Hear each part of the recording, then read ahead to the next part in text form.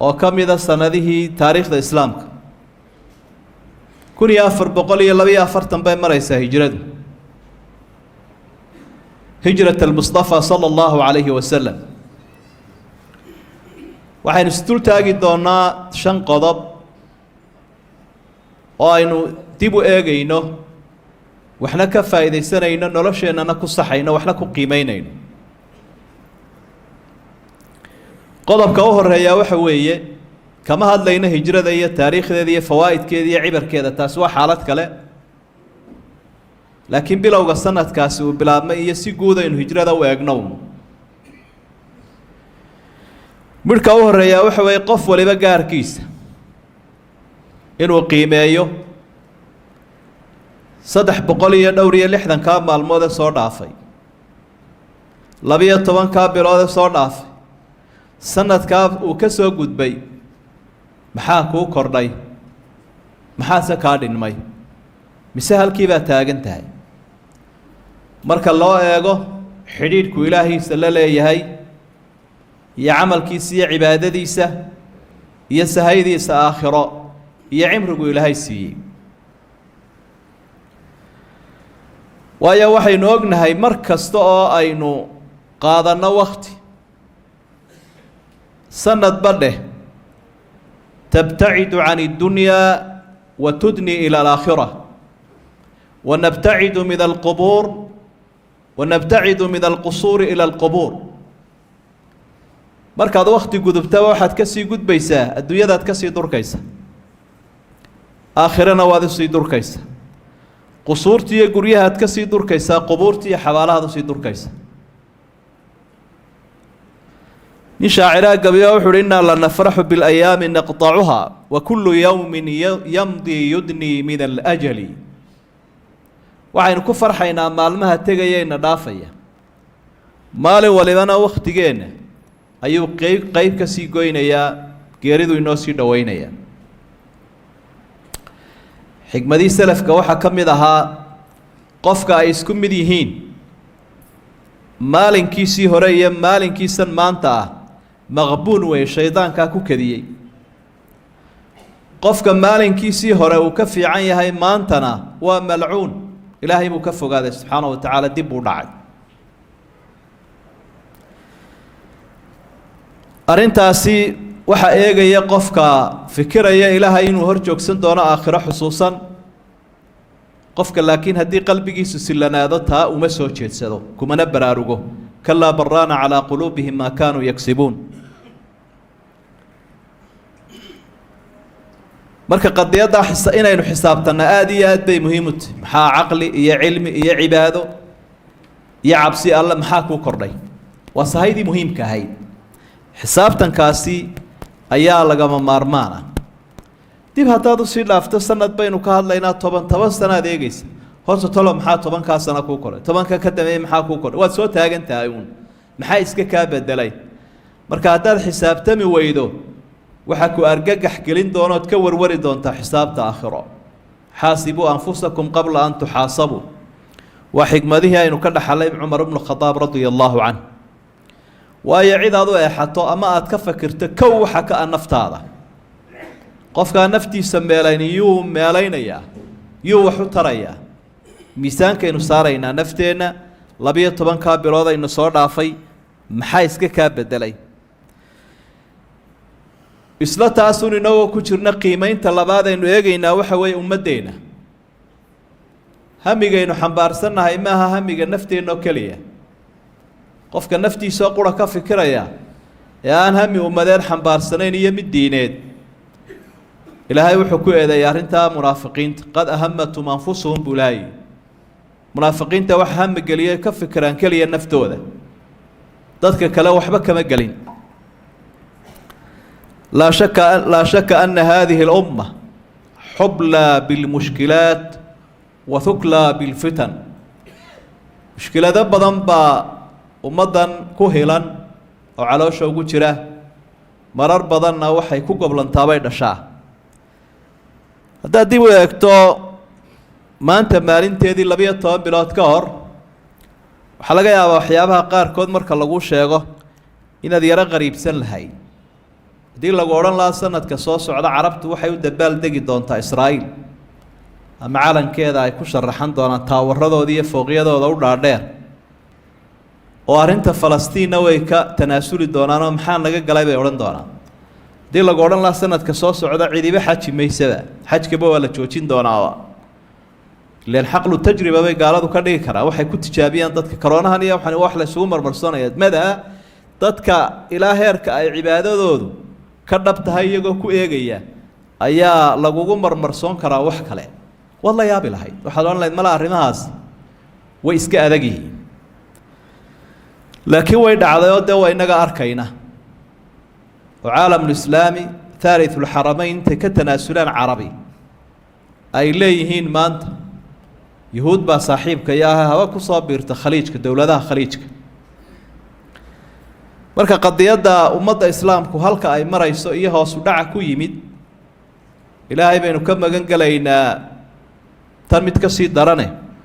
waxaynu odhan karnaa waa wax la yaab leh mufaaji'aad waxyaabo aan la filayn baa kolba ka soo baxaya iyadoo horseed ay ka mid yihiin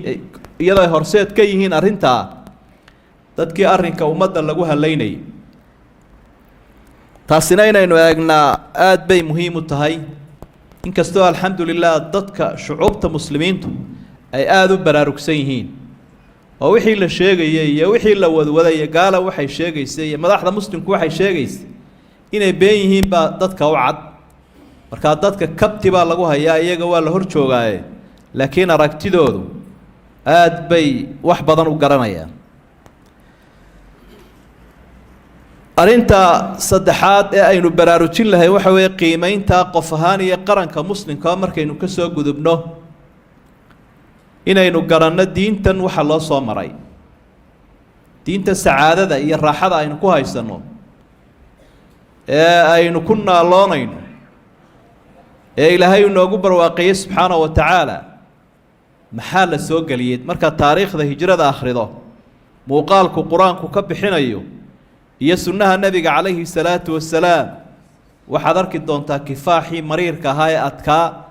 dadaalkii badnaa iyo geesinimadii iyo sabirkii loo soo maray wuxuu ilaahay ka warramayaa subxaanahu wa tacaala nebi maxamed oo gaadh laga hayo maalmaha uu hijroonayey oo yaa gaadh ka haya waa tolkii waa dad kuwii ugu dhowaa dowlad looga ashkatoodana ma leh cadaalad iyo cid looga cararana ma leh intii u xigtaaba duulimaadku abaa id yamkuru bika aladiina kafaruu liyuhbituuka aw yaqtuluuka aw yukhrijuuk wayamkuruuna wayamkuru allah wallaahu khayru lmaakiriin bal adigu cajaladda dib u celi baa layihi oo marxaladaad soo martay xusuuso isagii soo maray baa laleeyahay xusuuso innaga maxaad u malaynaysa nasrigu ilaahay ku siiyey iyo siduu isu kaa garab taagay si aad u xusuusato markay kuwa gaaladii markii ay kuu shirqoolayeen ay saddex arrimood ka tashanayeen miyay ku masaafuriyaan miyay ku xidhaan miyay ku dilaan dilkii baanay ku go-aansadeen wuu sii baxayaa nebigu calayhi salaatu wasalaam oo jidkuu sii socdaa markaasaa ilaahayna uu barayaa siduu ku badbaadi lahaa iyo siduu ku ducaysan lahaa waqul rabbi adkhilnii mudkhala sidqin waakrijnii mukhraja sidq wajcal lii min ladunka sulطaana nasiira waxaad tidhaahdaa ilaahay si fiican ii anbabix oo maka iyo dhulkan aan jeclaan dib u soo eegaya ilaahay iga anbabix si fiicanna ilaahay ii geeyo ii gaadhsii madiina gurmadkaaga iyo gargaarkaagana ilaahay isla kay garabtaag ilaahayna waa na siiyey nasriga waxaynu arkaynaa iyada oo madiinad uu tegay nebigu calayhi salaatu wasalaam oo dib u dejin iyo dadaal isaga iyo asxaabtii ay isku garab galeen oo walaaltinimo iyo sharaf iyo ehelnimo halkaa lagu soo dhoweeyey nebiga iyo ciddii la socotay sala allahu calayhi wasalam waaladiina tabawa'u ddaara waaliimaana min qablihim yuxibuuna man haajara ilayhim walaa yajiduuna fii suduurihim xaajata mima uutuu wayu'hiruuna calaa anfusihim walow kaana bihim khasaasa ilaa aakhir alaayaat iyadoo taasina ay tilmaamayso haddii tolkiisu ay soo eriyeen nebiga oo ay dil la doonayeen dadka qiimaha badan iyo dalka wanaagsan ilaahay u diyaariyey subxaanahu wa tacaala intaasoo dhammi dilaalaadka ayna tusinayaan waxa weeye inay mudan tahay diintani adiguna inaad ku darsato waxaad mahadiso maalinta qiyaamaha oo waxay ku soconaysaa dadaal bani aadam oo sidaa aynu arkayno rususha ilaahay ay horkacayaan waxaynu eegi doonnaa arrinta afraad oo iyaduna ah arrinkani kuma gooni ahayn nebiga calayhi salaatu wasalaam iyo asxaabtiisa oo qura iyo ummaddeennan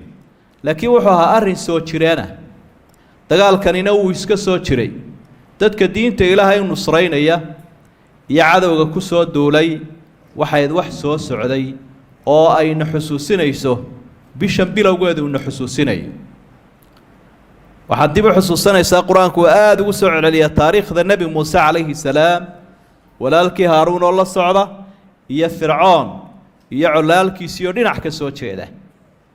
aad baa qisadaa qur-aanku u sharxaa una soo celceliyaa suurado kala duwan marka gebagabadun baa la eegayaa haddii dagaal la galo waxaa la idhaahdaa yaa goobta u hadhay yaase ku guulaystay waxaa ku guulaystay ilaahay iyo awliyadiisi shaydaanka iyo ciddii uu garab taagnaana way fashilmeen waxay arrintaasina dhacday bishan ay bilaabantay ee muxaram 10keedii arrin kaloo aynu xusuusinaysa way siduu ilaahay awliyadiisa ugu hiiliyo ee cadowgana u halaago mar walbana dee faraacinadu way badan yihiin fircoonada isbedelayaa way badan yihiin awood sheegtay ee awood iyo adduun ku faanaya kibraya taasina waa mid ay hijradaasina tusinayso ama taariikhdan bilaabantay وفرعون ذي الأوتاد الذين طغوا في البلاد فأكثروا فيها الفساد فصب عليهم ربك صوت عذاب بل كورن بالله فرعون كي أولها لها إلهينا إن يرون كهلاقي إن ربك لبالمرصاد قبل وحوي لهاي أضمها رب قلب وجرا يقص كما أركيان لكن يسوي كور وجرا وقت أنا يسكفي لي على حدا كتشبينيا نستبشر markaa waxaynu ku bushaaraysanaynaa inta aynu hiilinayna ilaahay diintiisa aynu taagannahay inuu dadka ka soo horjeedana isagu halaagi doono wallaahu gaalibun calaa amrihi walaakina akthara annaasi laa yaclamuun ilaahayna arrimihiisu kuma adkaadaane waa hirgeliyaa taasina wax kastaaba ha dhaceena waa mid aynu ku bushaaraysanayno oo aynu aaminsannahay arrinta shanaad waxa weeyaan bishan iyada ah ee muxaram inaynu u weyneyno siduu nebigu u weyneynayay sala allahu calayhi wasalam maadaama bilowgeedii ina ilaahay uu nabadgeliyey nebiga calayhi salaatu wasalaam iyo ciddii la socotay hijradii wakhtigaa hijradu ay bilaabantay oo hijrata rasuuli sala allahu calayhi wasalam aan idhaahdo 10keedana ilaahay uu nabadgeliyuu badbaadiyey nebi muuse labadaa badbaade ilaahay rusushiisa iyo ululcasmiga ugu hiiliyey iyo awliyadiisa ayaa waxa ay mudan tahay in la qadariyo oo la weyneeyo bishan muxaram markaa daliilaha ku soo arooray nebiga ka sugan sala allahu calayhi wasalam oo tilmaamaya bishani waxay nagala gudban sunno ahaan wakhtigii hore ramadaan la waajibinin waxaa waajib ahaa maalinka 10aad ee bishan muxaram in la soomo ayaa waajib ahaa markuu ilaahay ramadaan waajibiyey maalinkaasi sunnu ku dambeeyey nebigu calayhi salaatu wasalaam axaadiidtu kaga warramay bishan xadiid ka warreeyaa waxa weeye uu nebigu yihi waa xadiid saxiixa abi hureyrana warinayo afdalu siyaami bacda ramadaan shahrullahi almuxaram soomka u fadli badan bisha ramadaan kadib waa soomka la soomo shahrullahi almuxaram bishaa ilaahay muxaram la idhaahdo markaa nebigu calayhi salaatu wasalaam waa bil ilaahay buu ku sifeeyey iyadoo ay ka mid tahay bilaha xurmada leh afarta ah haddana si gaar uu yidhi waa bishii ilaahay marka in la soomo rasuulku sala allahu calayhi wasalam waxa uu ku sheegay fadligaa weyn ee uu soo raaci karo bisha ramadaan waxaa saxiixeynka ku sugan bukhaari iyo muslim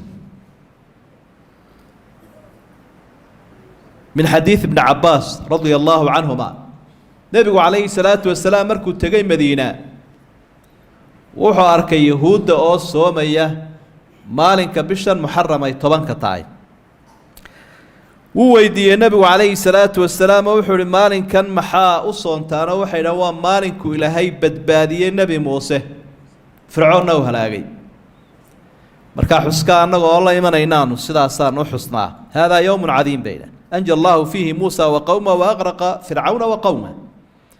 فسامه موسى شكرا لله فنحن نسوم نبي موسى صوم يسقى إلهي ومهدق يوم إلا وحي قول إلهي وكسي إلهي بالله مهدق قول يقرقاره أنا قلنا ساسان وكسورنا فقال صلى الله عليه وسلم نحن أحق وأولى بموسى منكم فسامه وأمر بصيامه نبي مركا وحول أننا أيا إذن كردوا إذن كان حقنا نبي موسى ويقوا قالوا هكو أبترسل لكن وقالوا وأعداء الله ومد الإسلام كان وحا وركع النبي عليه الصلاة والسلام marka nabigu soomay umadana wuxuu faray inay soomaan qowlkiisa ficilka labadaba wuu israaciyay maalinka tobnaad markii la weydiiyay rasuulka sallallahu alayhi wasallam markale can siyaam yawm ashura maalinka muharram ay tobanka tahay soomkiisa wuxuu ahtasibu ala allah an yukaffira as-sanata allati qabla waxaan ilaahay ka sugayaa oo aan ka rajaynayaa inuu igaga dhaafo maalinka soomkiisa dambiyadii dhacay sanadkii hore nabiga dambigii hore kii dambe ilaahay waa ka dhaafay laakiin inaga ku dadaalayna maalinka soomkiisa sida isagu u soomay sallallahu alayhi wasallam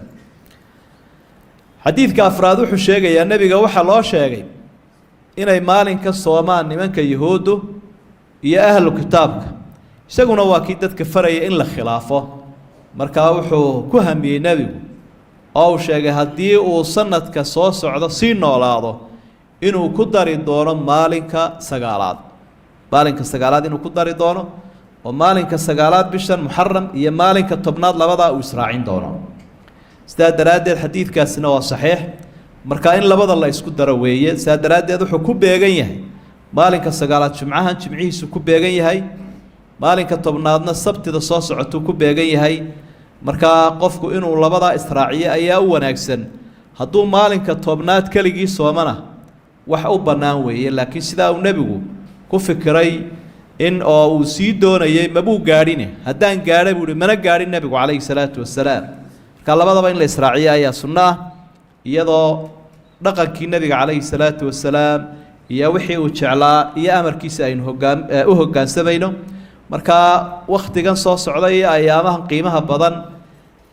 sanad jadiida ay bilaabantay iyo ashhur xurum bilowgeeda bisha muharram qaybteeda hore waxyaabaha aynu kaga faa'iideysanayna kuwaasa kamida hamigeena iyo aragtideena iyo dadaalkeenuna ka aynu soo baraarujinay inuu maaragtay ku ag dhawaado iyo maxaynu yeelaynaa mustaqbalka iyo maxay noo yaala inna allaha la yughayyiru ma biqawmin hatta yughayyiru ma bi anfusihim qofna ma bedelo ilaahay ummadna ma bedelo ilaa isbedelku iyaga uu ka yimaado oo haddii ay nicmo haystaan ay isbedel sameeyaan balaayo ilaahay ku bedelaa haddii ay shar iyo dhibaato ku sugan yihiin ay isbedel sameeyaanna ilaahay horumarkiisa iyo deeqdiisa iyo dembi dhaafkiisu ayuu siiyaa shanta arrimood baynu si kooban u dul mari lahayn واجبنا تجاه هذا العام الجديد اللهم أرنا الحق حقا وارزقنا اتباعه وأرنا الباطل باطلا وارزقنا اجتنابه اللهم انصر الإسلام والمسلمين وانصر المستضعفين والمجاهدين في سبيلك في كل مكان يا أرحم الراحمين واشف مرضانا وعاف مبتلانا وارحم موتانا وتمن نعمتك علينا يا أرحم الراحمين وآخر دعوانا أن الحمد لله رب العالمين وصلى الله على نبينا محمد وآله وصحبه وسلم وأقم الصلاة